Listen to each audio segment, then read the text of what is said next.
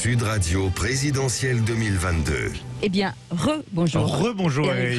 Bonjour à tous. Oui, alors on va revenir effectivement sur cette question des oligarques. Alors on a effleuré le sujet tout à l'heure, on va y revenir dans un instant avec vous Eric. Mais d'abord, parlons de ces sanctions économiques d'ampleur qui pleuvent sur la Russie et cette économie russe qui vacille fortement, il faut le dire. Oui, les sanctions s'accumulent, vous l'avez dit lourdement.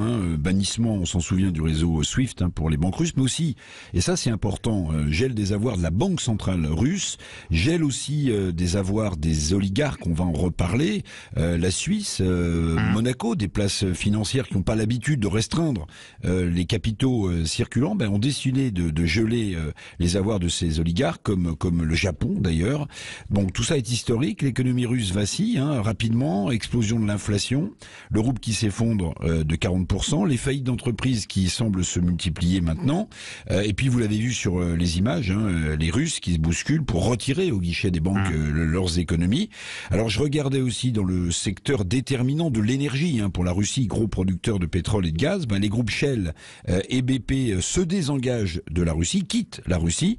Total, le groupe français qui a investi massivement, ne compte pas pour l'instant quitter le pays, mais Bruno Le Maire veut, a-t-il dit, en discuter avec le patron de Total. On comprend entre les lignes que ce n'est plus tenable pour Total de maintenir son activité sur le sol russe. Et la pression internationale s'accroît encore, Eric, avec des pays neutres comme la Finlande qui vont livrer des armes à l'Ukraine.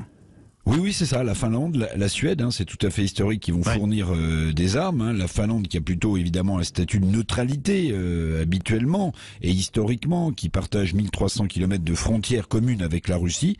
Ils vont fournir ces deux pays des armes. Et puis aussi forte turbulence à l'intérieur même de la Russie. Et on vient sur le cœur du sujet parce que 3-4 milliardaires russes, ceux qu'on appelle les oligarques, contestent cette guerre parce qu'évidemment le blocage de l'économie russe, l'effondrement de l'économie russe fait fondre la fortune de ces oligarques. Et justement, on y vient, mon cher Eric, sur cette question des oligarques. Est-ce que c'est pas la plus grande fragilisation pour Poutine et son régime, que cette fragilisation vienne de l'intérieur et notamment de cette contestation des oligarques milliardaires qui se fait entendre? On peut effectivement commencer à poser la question. Il y a à peu près 100 milliardaires en Russie qui auraient perdu 200-250 milliards de dollars depuis le début de la guerre en Ukraine. Alors l'argent fond comme neige au soleil pour eux et l'économie russe, faut aussi le signaler, n'aurait avec ses réserves financières qu'une vingtaine de jours d'importation. Bref, le peuple évidemment d'abord va souffrir parce que l'économie de ce pays vacille, mais l'argent c'est aussi le nerf de la guerre. Donc la pression des oligarques sur Vladimir Poutine, sur son régime, plus l'idée que même si la Russie a accumulé 2000 tonnes d'or depuis les sanctions de 2014 sur l'annexion de la Crimée, donc ça donne un matelas, mais si vous regardez que ces oligarques font pression, plus l'idée que c'est de plus en plus compliqué sans doute au fur et à mesure des jours et des semaines pour Vladimir Poutine de financer cette guerre, peut-être que là on a aussi le début d'une pression qui va peser sur les négociations engagées entre l'Ukraine et la Russie. Merci beaucoup Eric Revel, vous restez avec nous.